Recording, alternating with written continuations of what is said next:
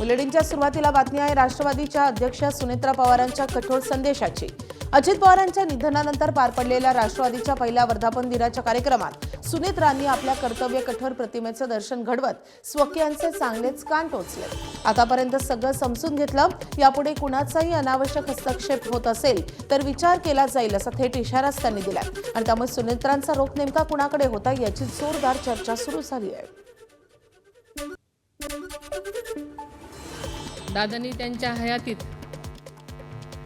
सगळ्यांना कार्यकर्त्यांना खूप समजून घेतलं, सगळ्यांचे हट्ट पुरवले, प्रेम केलं। यापुढे मी पक्षाच्या हिताला सर्वोच्च प्राधान्य देईन। कुणाचाही अनावश्यक हस्तक्षेप यामध्ये असेल तर नक्कीच विचार केला जाईल। दादा ज्याप्रमाणे पक्षहितासाठी कठोर निर्णय घेत होते त्याचप्रमाणे यापुढे असे निर्णय घेण्यास खरं तर माझ्या स्वभावाप्रमाणे जड जाईल, पण नक्कीच न्याय देण्यासाठी दादांच्या पावलावर पूरक जाण्याचा प्रयत्न मी सतत करत राहीन। पक्षात आणि सरकारमध्ये महत्त्वाची जबाबदारी सांभाळणाऱ्या प्रत्येक पदाधिकारी, नेत्यांनी आणि सर्वच लोक आपल्या कार्यकर्त्यांनी अधिक जागरूक पद्धतीने काम करण्याची माझी अपेक्षा आहे।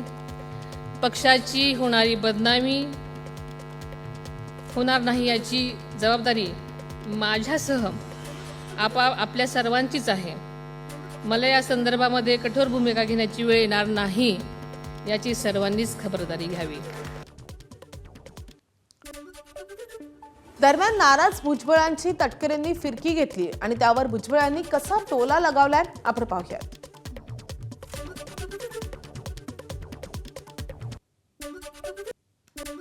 भुजबळ साहेब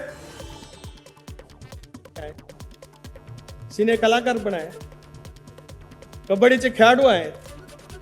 आता इथे बसलेल्या अनेकांना जर काय कबड्डी कळत असेल तर ते उत्तम चढाई करणारे खेळाडू आहेत। तुमच्यासारखा चतुरस्र कबड्डीसारखा खेळाडू ज्यावेळेला जातो त्यावेळेला एका वेळेला एखादा खेळाडू बाद करतो, कधी नवीन नियमाप्रमाणे बोनस गुण मिळवतो, कधी नुसता धातू स्पर्श करून येतो, कधी इतका खोलवर चढाई घेतो एकाच वेळेला 6 जणांना घेऊन येतो। पक्षापेक्षा कोणी मोठं नाही हे सगळ्यांनी लक्षात ठेवलं पाहिजे। आता मगापासून चाललंय ते बुद्धिबळ खेळतो, हा तो कबड्डी खेळतो, हा कोण आणखी खो खो खेळतो, हा कोण। अरे बाबा, खेळात राजकारण आणू नका।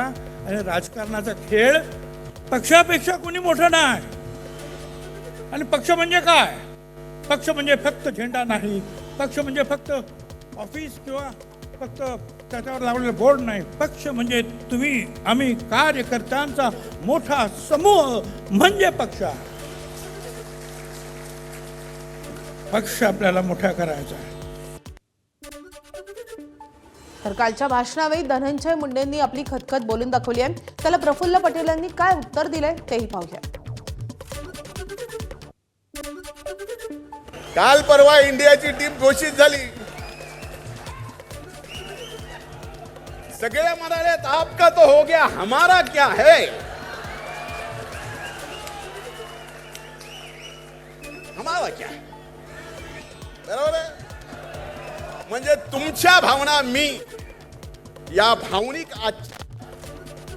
27व्या वर्धापन दिनाच्या निमित्ताच्या कार्यक्रमात ओळखल्यानं खूप खूप धन्यवाद। म्हणजे तुम्ही आता 12व्यात राहणार नाही, तुम्हाला सुद्धा संधी मिळेल। मी तर कायम 12वे राहणार आहे त्याची आम्हाला जाणीव आहे।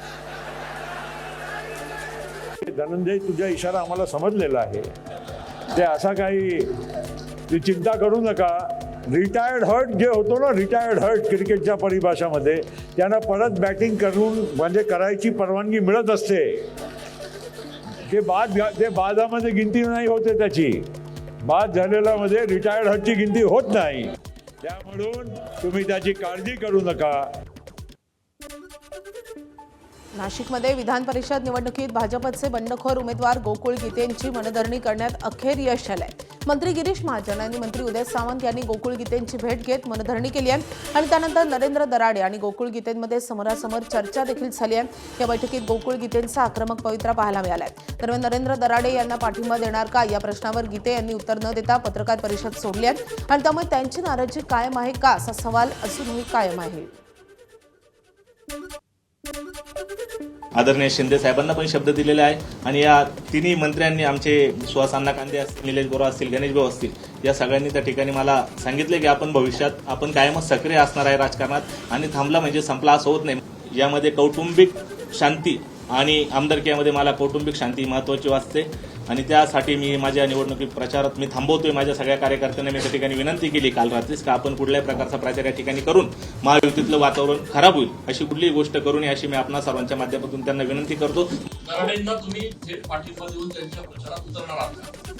गणेश भाऊ आणि बाकी आमच्या वहिनी त्या ठिकाणी आहे आणि बाकीचे प्रश्न तुम्ही प्लीज उदय सामंत साहेबांना विचारा. म्हणजे काही काळ